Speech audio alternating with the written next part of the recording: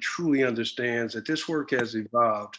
We're at a time period right now that we're at an inflection point in the work of public safety. This work is not gang intervention work. Let's be real clear. The concept of gang intervention comes from the concept of interpersonal violence. So, gang violence is a part of interpersonal violence. And anybody that's in this work, if they're not dealing with the holistic system of violence engagement and the attributes of violence, you're doing a real disservice to this work.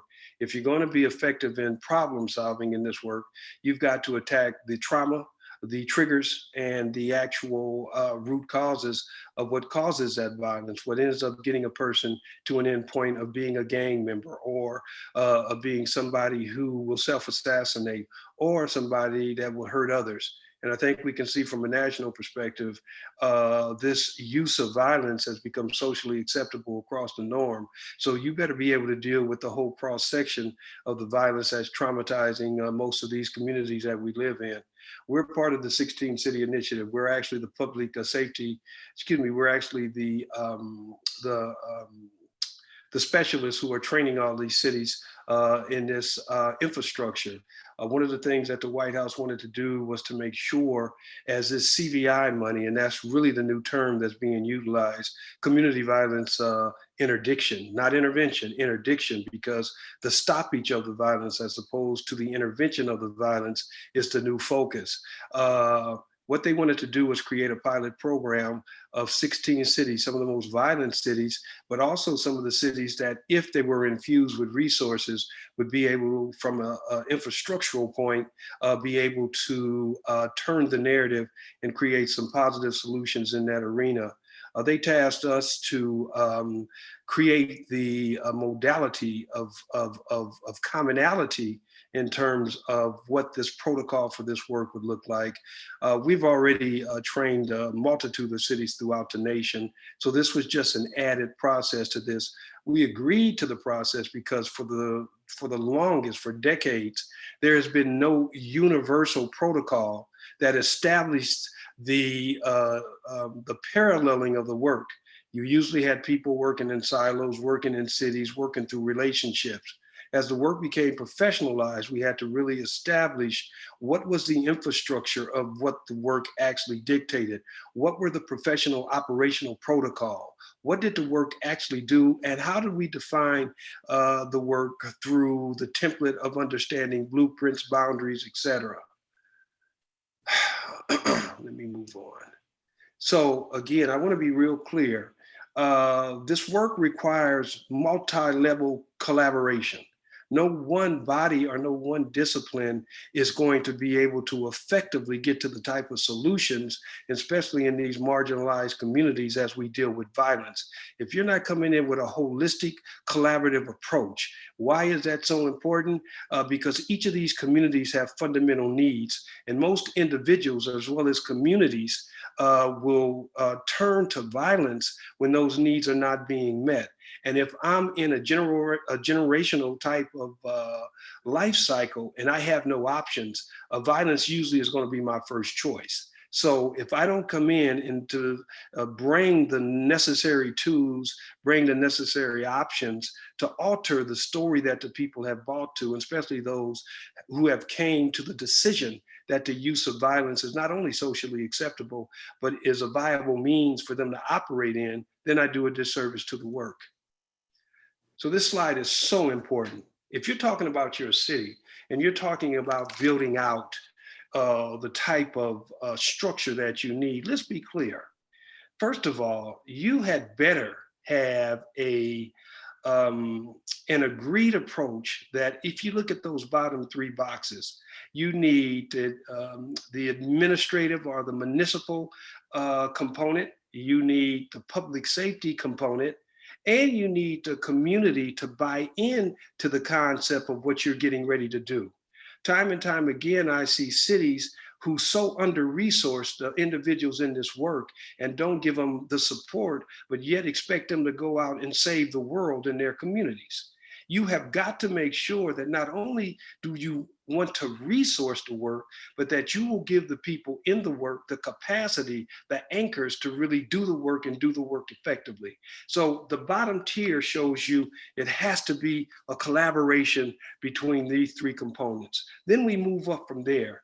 You're going to have to establish some type of centralized core in the city, some type of hub to where all of this violence interdiction, violence intervention, violence prevention, etc., is housed from. You've got to make sure that there is a centralized body that is controlling the narrative in terms of all the work that's being established by the people, by the organizations, by the systems that are doing the work. So once we get that hub, then you're going to move up to that next level. You're going to have to identify those individuals with true credibility in the community. We call it the LTO, the license to operate. A license to operate is a situation where the community has given an individual, an organization, a core of individuals, the capacity to speak forward, go into areas that those individuals would normally not be able to go into, et cetera, because of the credibility or the work that they have put in. The term actually formed around 1979. It actually came from having a license, and it was actually a negative term. Over the decades, that evolved to a license to operate, which was on the positive side because those individuals who have that license to operate have been validated by that community. An individual cannot come in and say, I'm validated. It doesn't work like that. That community has to validate you. And then that LTO that you're given is extremely hard to keep, is extremely easy to lose. Let's move up to the next level. Now, once you establish what your individuals are, you don't put them to work yet because you haven't given them the capacity. And this is where we have failed time and time again. We have seen people who say they had credibility. We have bought into people who have credibility, but they really don't have credibility. A lot of these individuals are operating off of emotionalism, et cetera, not strategic deployment. So what we have to do is develop a training nexus. We have to get people that are doing this work foundationally to have protocol that they're operating from. This creates accountability. This creates the standard of operation, and this creates a uniformity in terms of the actions that the people doing the work take. If we're going to say this work is professional, there has to be operational protocol. There has to be a manual of operation that the people operate from. There has to be standard operating procedures, standard operating guidelines, and then there has to be an ICS system or a structure, a leadership structure that the people can look to and say, this is how we roll. Once we get the people trained, we have to get them trained in a system. You have got to create a viable system that's in relationship to public safety that defines the larger component of what your people are doing. Well, they're on the ground, they're stopping people who got their fingers on the trigger, they're able to do rumor control. No, those are actions. What is the system that entails the end result of where they're trying to go? Simplistically, a system would look something like this. You've got people that are doing out front work, which means proactive work, preventative work.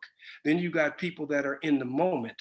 They're doing the work that in the moment they're able to stop the violence, stop the blood flow, stop the carnage, etc. Then you got the third element, which is wellness and recovery. We've got the capacity, once we stabilize the madness and the violence, now we've got to build around that an infrastructure to get those people to a state of wellness to where they don't have to go through the repetitive cycle of violence again because they now have options. We've got psychological redirection happening. We've got stability. We've got course plotting going on.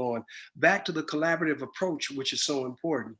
Then we look at what has to be formed out of that. What are some of the basics that these individuals need to be versed in? And what are some of the components that the city needs to have in place if this system that they're building is going to work? You see the first circle, preventative outreach. You've got to have outreach individuals. You've got to have people that can touch outside to norm.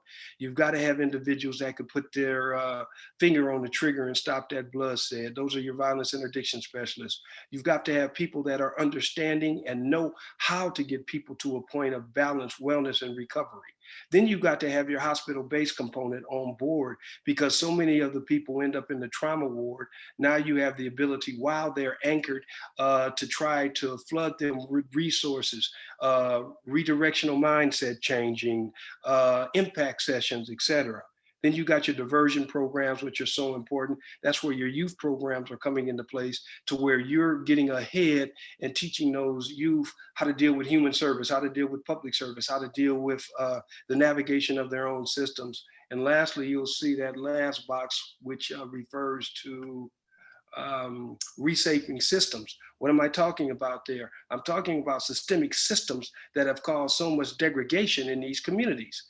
The inability for employment to happen, the inability for people within these communities to be able to feed themselves because there's no stores. I can go on and on and on. You're not going to get communal change and you don't get societal change in readjusting some of these processes that causes those needs to be so great. Now, those 6 areas